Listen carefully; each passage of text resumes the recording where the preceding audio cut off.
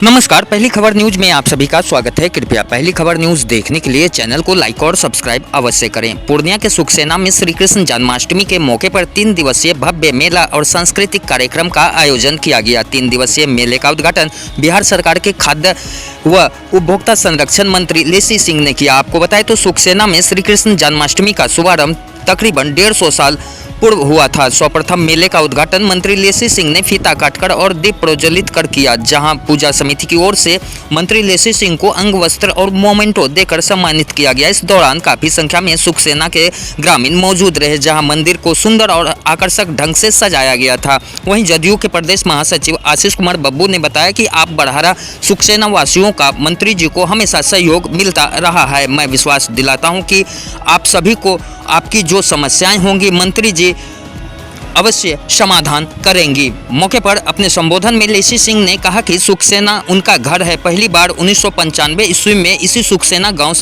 के सहयोग से वह राजनीति में आई और आज यहां तक पहुंची है। वह यहाँ की बहु बेटी के समान है। उन्होंने कहा कि भले ही परिसीमन में सुखसेना अब उनके विधानसभा से हट गया है, लेकिन वह सदैव यहाँ के विकास के लिए तत्पर रहेंगी। इस बीच मंत्री लेसी सिंह ने अपने संबोधन के दौरान भावुक हो उठी।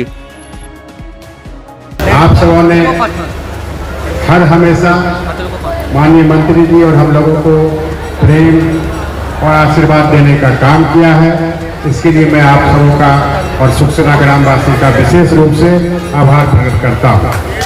नई पीढ़ी के लोग जानते भी होंगे और सब बात से अवगत भी होंगे। पुराने समय में जब 2000 से 2005 में माननीय मंत्री जी इस क्षेत्र की विधायक थी, ये हम लोग का जब भी इस क्षेत्र में आना होता था, पहले परारा को नया पीढ़ी का लोग सुन लोगे थोड़ा बहुत, परारा कोटी से आने में हम लोग को 1.5 घंटा लगता था। अभी हम चंपावती से आए हैं 32 मिनट लगा। तो पहले जो 1.5 घंटा लगता था धमधा से यहाँ बरारा कोठी यहाँ आने में, तो हम लोग रात में लौट नहीं पाते थे, इधर ही रहते थे। और सुखसेना के हर घर में मैडम से पारिवारिक रिश्ता रहा है और सबों ने इतना प्रेम दिया है कि सुखसेना का प्रेम प्यार जीवन भर हम लोग नहीं भुला पाए। श्री कृष्ण जन्माष्टमी के अवसर पर इस कला परिषद के द्वारा, पूजा समिति के द्वारा आज यहाँ सांस्कृतिक कार्यक्रम होना है और इस सांस्कृतिक कार्यक्रम के उद्घाटन के अवसर पर मुझे भी सौभाग्य प्राप्त हुआ कि आप लोगों से मिलने का। और आज श्री कृष्ण जन्माष्टमी के अवसर पर मैं सभी यहाँ के ग्रामीणों को शुभकामनाएं देती हूँ, बधाई देती हूँ। श्री कृष्ण भगवान आप सभी पर कृपा बनाए रखें। इस पावन अवसर पर आप सभी को के जीवन में खुशहाली, समृद्धि लाए और सभी लोग आगे बढ़े। आज मुझे बहुत ही प्रसन्नता हो रही है और पुरानी यादें ताजा भी हो रही है, क्योंकि व्यस्तता के कारण थोड़ा आना जाना कम हुआ सुखसेना, लेकिन सुखसेना मेरा घर की तरह है। जिस तरह से सरसी है वैसे ही सुखसेना है। इसलिए यहाँ हम लोग कभी भी इस गांव में जब भी आते थे सब लोग बेटी बहू की तरह मानते थे।